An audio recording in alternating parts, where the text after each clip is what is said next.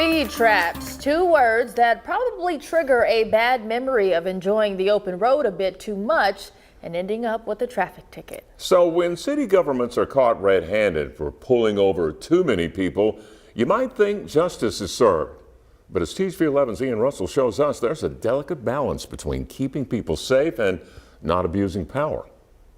Mayor Gary Green has seen a lot during his time running the town of Menifee, but nothing like what he's dealt with the past few months. It's really a downfall, and it's going to hurt the city. It's going to hurt us a lot.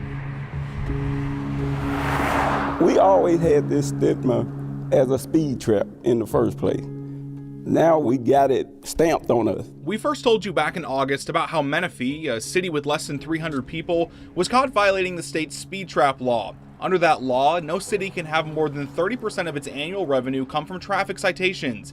Robert Steinbuck, a professor at the Bowen School of Law, says it takes a lot to even come close to doing that. Municipalities shouldn't be earning the bulk of their income from speeding tickets.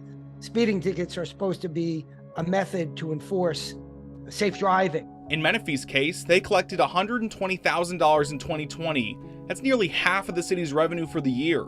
You abuse your ability to give out tickets and you use it for revenue enhancement, and then the law says, guess what? Now you don't get any revenue from it for a year. 1 year of the city not allowed to issue speeding tickets, something that can hit these smaller towns hard. It is scary because we don't know what emergency might arise that we might need that revenue. We don't know yet. Menifee may be the most recent city to break our state's speed trap law, but there's another city that comes to mind when you think speed trap: Damascus. And here, the city is still dealing with the consequences of breaking that law. Go ahead and call me, Gary.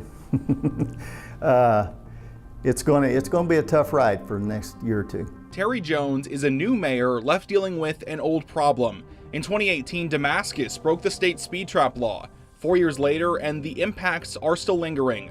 The city had to divert money from other departments to scrape by, and even worse. We went from a police force of 4 down to 0. We're back up to 1. Like Menifee, Damascus has a busy road running through the middle of town. Mayor Jones is quick to point out that they never meant to break the law. They were just trying to keep their people safe.